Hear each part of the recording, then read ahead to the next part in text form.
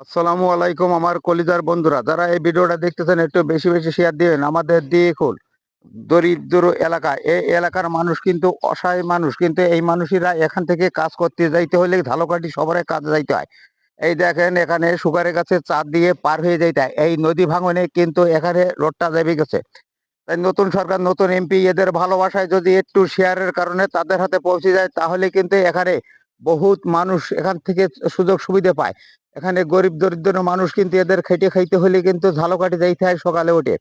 তাহলে আপনাদের হাতে মোবাইল থাকে ভাই, কলিজার ভাইরা, আপনারা একটুখানি শেয়ারের মাধ্যমে যদি কোনো দয়মান ব্যক্তির হাতে পৌঁছে যায়, তাহলে এখানে যদি এই কাজটা যদি করে, তাহলে কিন্তু আপনাদেরও স্বভাব হবে। কিন্তু আমাদের এখান থেকে একটি রুগী নিয়ে যাইতে গেলেও কিন্তু ঝালকাঠি যাইতে হয়। আমাদের এপারে কিন্তু কোনো উন্নত কোনো মেডিকেল কিছুই নাই, কিন্তু আমাদের যে কোনো একটি বাজার করতে গেলেও কিন্তু ঝালকাঠি যাইতে হয়। তাহলে আপনারা একটু এই ভিডিওটা বেশি বেশি শেয়ার দেবেন কলিজার বন্ধুরা, যারা আমাদের ভালোবাসেন। এই দেখেন সামনে আমি দেখাচ্ছি আমাদের খেয়াঘাটও কি অবস্থায় আছে, আপনাদের দেখাচ্ছি। আপনারা দেখতে থাকুন। দেখেন খেয়াঘাটটা কিভাবে কিভাবে ঝুঁকিপূর্ণ ভাবে আছে, ভেঙে নদীর ভাঙনে যে কোনো মুহূর্তে চলে যেতে পারে। তাহলে আপনারা একটুকুন শেয়ার দিবেন।